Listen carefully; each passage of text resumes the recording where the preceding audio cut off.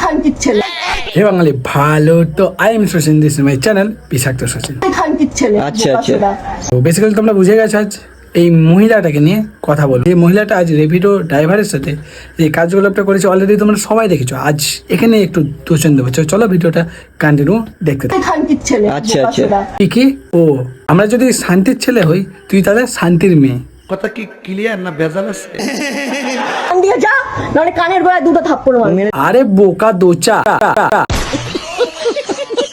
এতটাই পাওয়ার যে কানের গোড়ায় দিয়ে দেবে। ভাই এতই যদি বেগ, তাহলে দুটো র্যাপিডো ড্রাইভারকে বুক করেছিলিস কেন? কানের গোড়ায় এক থাপ্পড় মারবো। তারপরে? চোদা, খানকির ছেলে। যা এখান থেকে।